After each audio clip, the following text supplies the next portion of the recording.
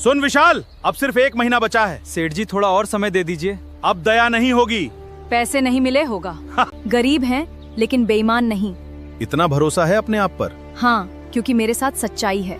आप चिंता मत कीजिए, मैं सब ठीक कर। बेटी क्यों रो रही हो? मेरे पति पे बहुत बड़ा कर्ज है। मैं काम ढूंढ रही हूँ लेकिन कहीं काम नहीं मिल रहा। अगर मेहनत करने से डर नहीं लगता तो मेरे साथ चलो। बेटी, आज से यही तुम्हारा कार्यस्थल है। मैं पूरी। तुम्हारा नाम क्या है? मेरा नाम पूजा है। भगवान तुम्हें हमेशा। दादाजी, पहले आप खाना खा लीजिए।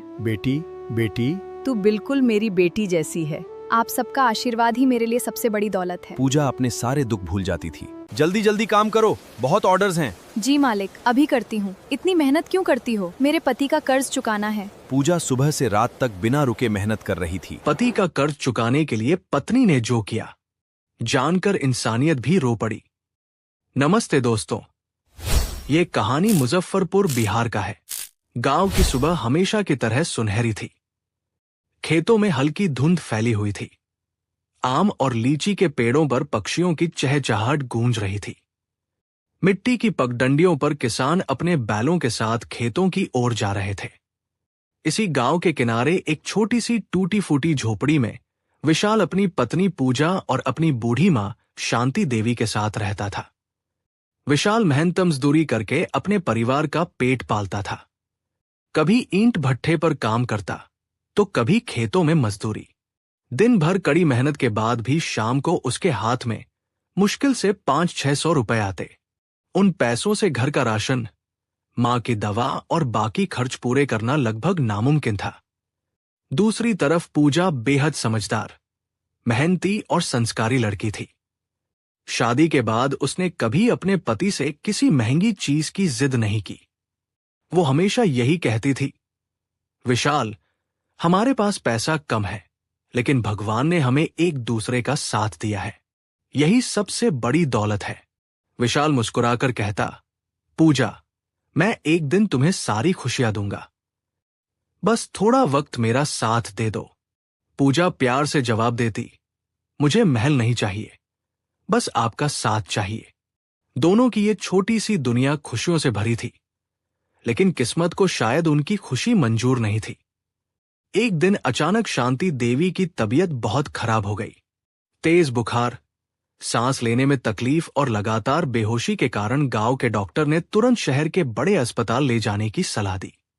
अस्पताल में डॉक्टर ने जांच के बाद कहा, इलाज तुरंत शुरू करना होगा।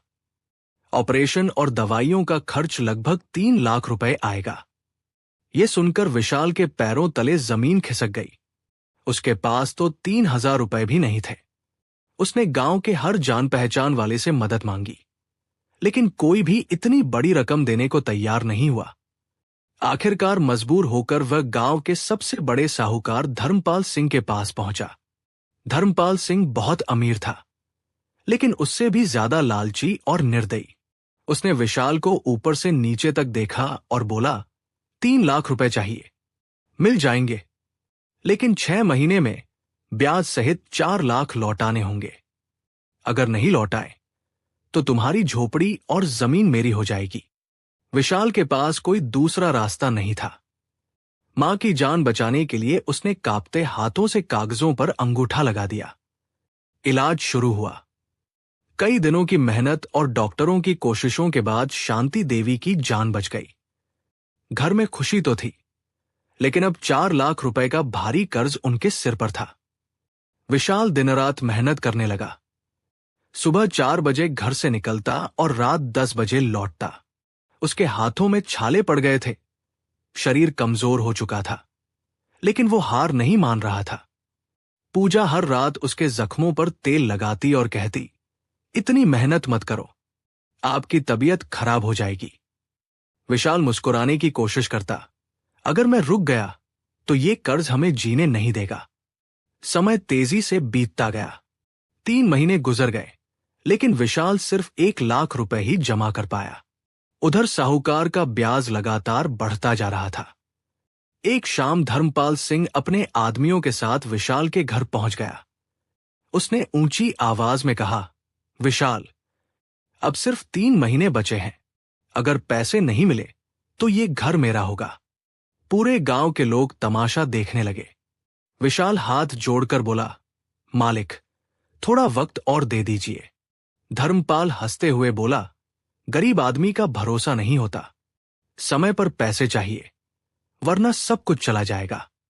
इतना कहकर वह चला गया। उस रात विशाल बिल्कुल टूट चुका था। वह देर तक घर के बाहर बैठा आसमान की ओर देखता रहा। पूजा उसके पास आई और बोली, आप चिंता मत कीजिए, भगवान कोई न कोई रास्ता जरूर निकालेंगे। विशाल की आंखों में आंसू आ गए। पूजा, मुझे डर लग रहा है, अगर मैं कर्ज नहीं चुका पाया तो हम सड़क पर आ जाएंगे। पूजा ने उसका हाथ थाम लिया। जब तक मैं आपके साथ हूं, कोई हमें अलग नहीं कर सकता। लेकिन पूजा के मन में उस रात एक ऐसा फैसला जन्म ले चुका था जो उसकी पूरी जिंदगी बदल देने वाला था।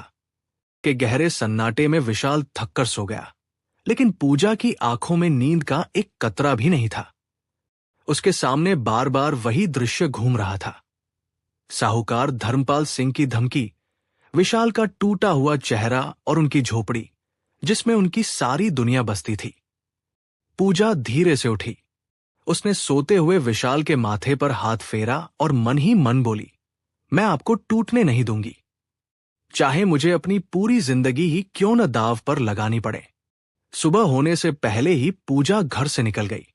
उसने विशाल से केवल इतना कहा था कि वह मंदिर जा रही है, लेकिन वह मंदिर नहीं बल्कि मुजफ्फरपुर शहर की ओर जा रही थी।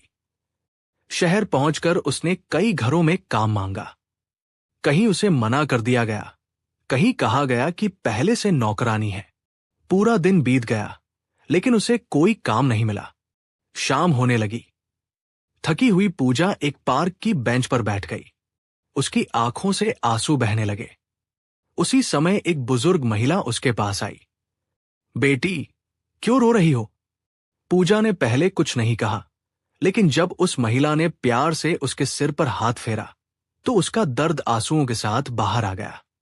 उसने अपनी पूरी कहानी बता दी। बुजुर्ग महिला का नाम सावित्री देवी था।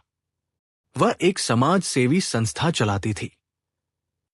उन्होंने कहा, बेटी रो मत, मेरे वृद्धाश्रम में एक देखभाल करने वाली महिला की जरूरत है। काम मेहनत का है, लेकिन ईमानदारी चाहिए। पूजा की आंखों में उम्मीद लौट आई।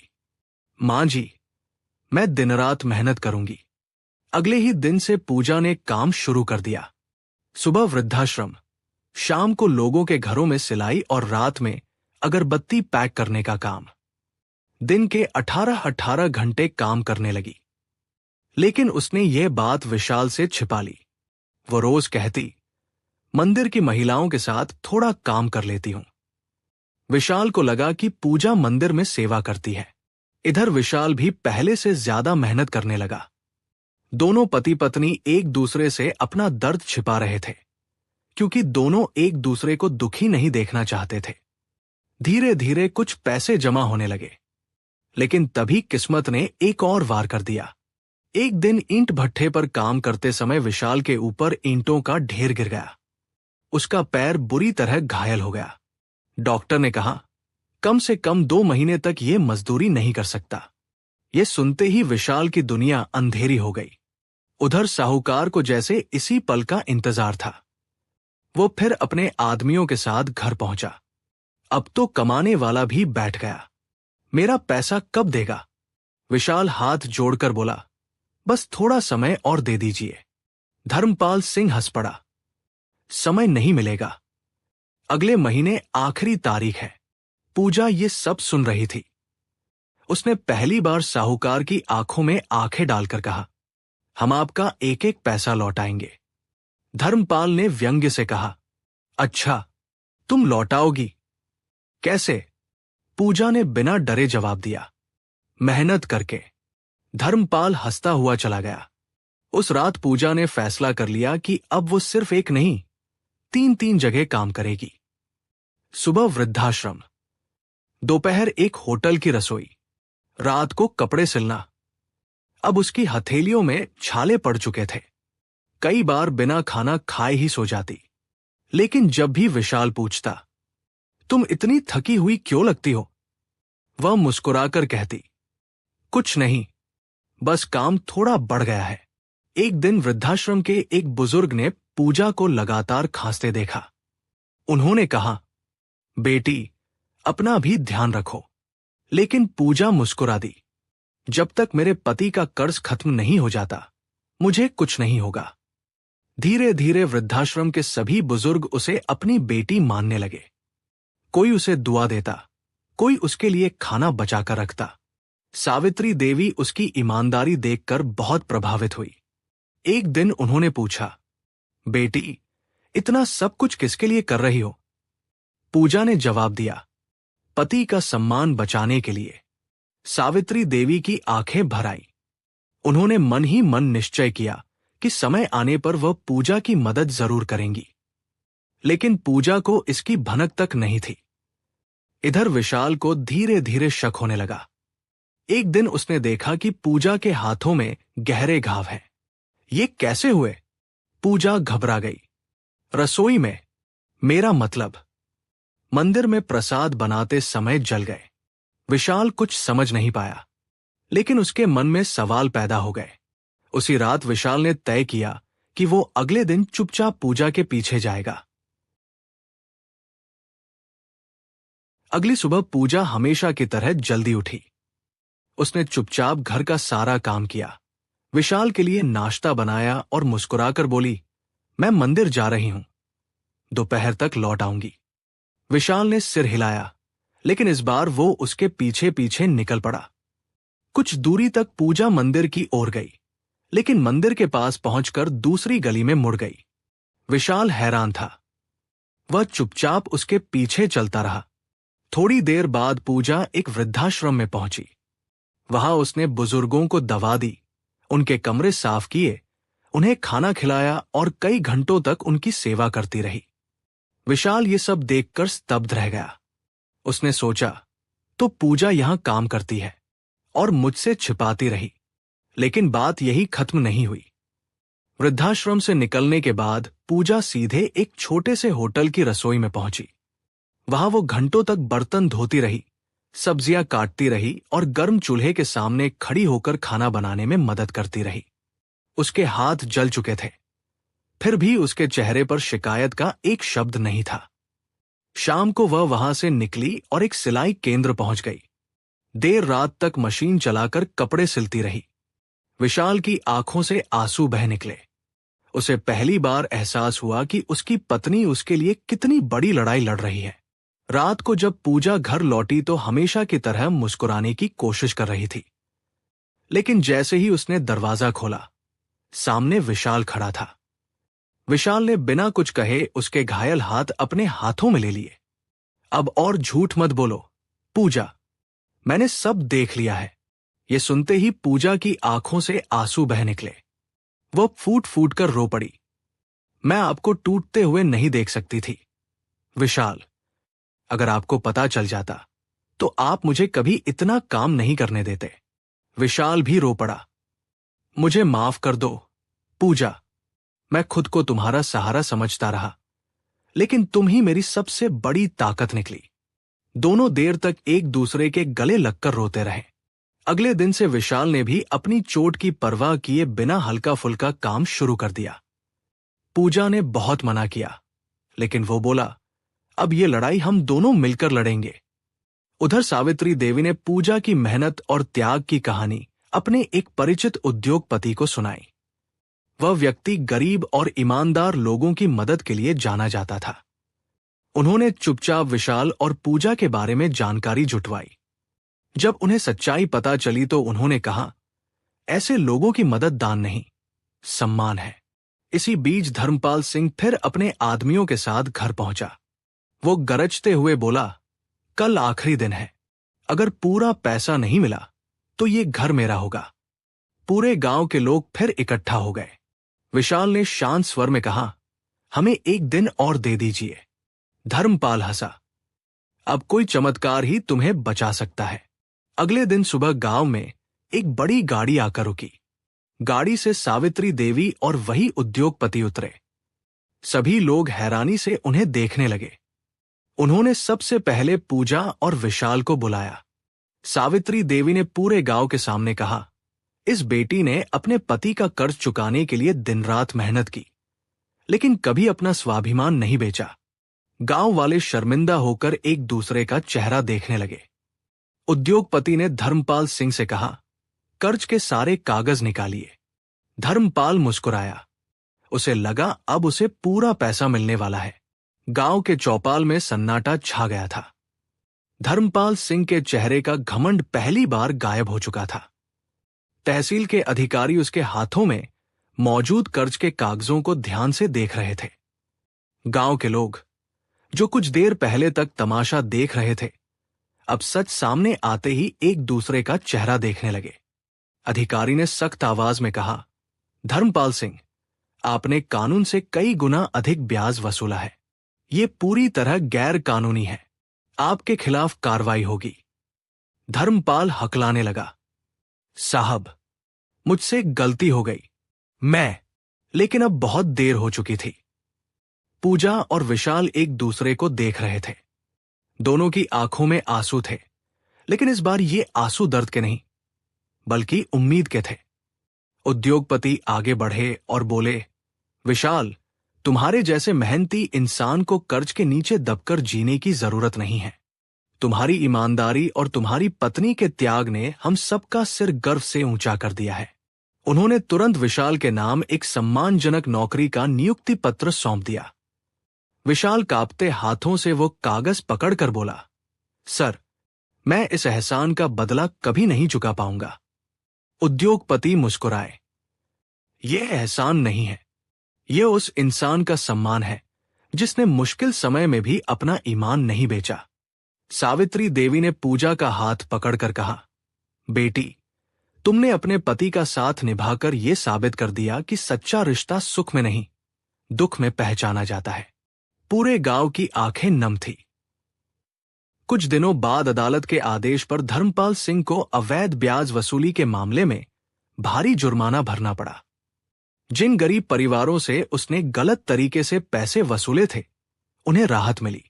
गांव के लोग, जो कभी विशाल को गरीब कहकर नजरअंदाज कर देते थे, अब उसी के सम्मान में खड़े होने लगे। धीरे धीरे विशाल ने अपनी नई नौकरी शुरू की। उसकी मेहनत और ईमानदारी के कारण उसे सभी का विश्वास मिला।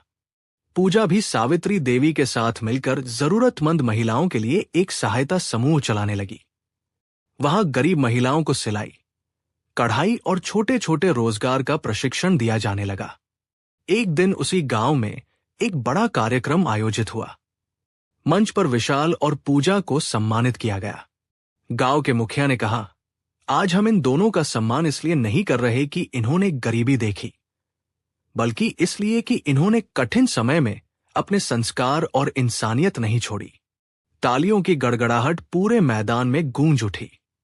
सम्मान मिलने के बाद विशाल ने मंच से कहा, अगर उस कठिन समय में मेरी पत्नी मेरा साथ छोड़ देती तो शायद मैं आज यहां खड़ा नहीं होता। मेरी सबसे बड़ी ताकत मेरी पत्नी पूजा है। पूजा की आंखों से आंसू बह निकले। उसने माइक संभालते हुए कहा, पति पत्नी का रिश्ता केवल खुशियों का नहीं होता। असली रिश्ता वही है जो मुश्किल समय में एक दूसरे का हाथ कभी न छोड़े। हमने गरीबी देखी, अपमान देखा, भूख देखी, लेकिन उम्मीद कभी नहीं छोड़ी। पूरा मैदान तालियों से गूंज उठा। समय बीतता गया। विशाल और पूजा ने अपने गांव में एक छोटा सा निशुल्क सहायता केंद्र शुरू किया, जहां गरीब परिवारों को कानूनी सलाह, शिक्षा और रोजगार की जानकारी दी जाती थी। उन्होंने ये प्रण लिया कि कोई भी गरीब परिवार केवल मजबूरी की वजह से साहूकारों के जाल में न फंसे। सावित्री देवी अक्सर मुस्कुराकर कहती, जिस त्याग ने एक परिवार को बचाया था, वही त्याग आज सैकड़ों परिवारों की उम्मीद बन गया है। शाम के समय विशाल और पूजा अपनी पुरानी झोपड़ी के सामने खड़े थे। अब वहां एक छोटा सा पक्का घर बन चुका था। विशाल ने मुस्कुराकर कहा, याद है पूजा, एक समय था जब हमें लगता था कि सब खत्म हो जाएगा। पूजा ने आसमान की ओर देखते हुए कहा, भगवान देर जरूर करते हैं, लेकिन न्याय करते हैं। दोनों ने हाथ जोड़कर ईश्वर का धन्यवाद किया। उनकी कहानी पूरे इलाके में मिसाल बन गई। लोग अपने बच्चों को बताते थे कि धन से बड़ा चरित्र होता है और सच्चे प्रेम से बड़ी कोई दौलत नहीं। कहानी से सीख। मुश्किल समय इंसान की असली पहचान कराता है। पैसा, दौलत और शोहरत कभी भी आ जा सकते हैं, लेकिन विश्वास, त्याग, ईमानदारी और साथ निभाने का जज्बा जीवन की सबसे बड़ी पूंजी है। दोस्तों, आपको ये कहानी कैसी लगी? अगर आप विशाल और पूजा की जगह होते तो इस कठिन परिस्थिति में क्या करते? अपनी राय हमें कमेंट में जरूर बताइए। अगर कहानी ने आपके दिल को छुआ हो तो वीडियो को लाइक करें, अपने दोस्तों और परिवार के साथ शेयर करें और ऐसे ही दिल छू लेने वाली कहानियों के लिए हमारे चैनल को सब्सक्राइब करना बिल्कुल न भूलें। जय हिंद दोस्तों, फिर मिलते हैं अगले वीडियो में।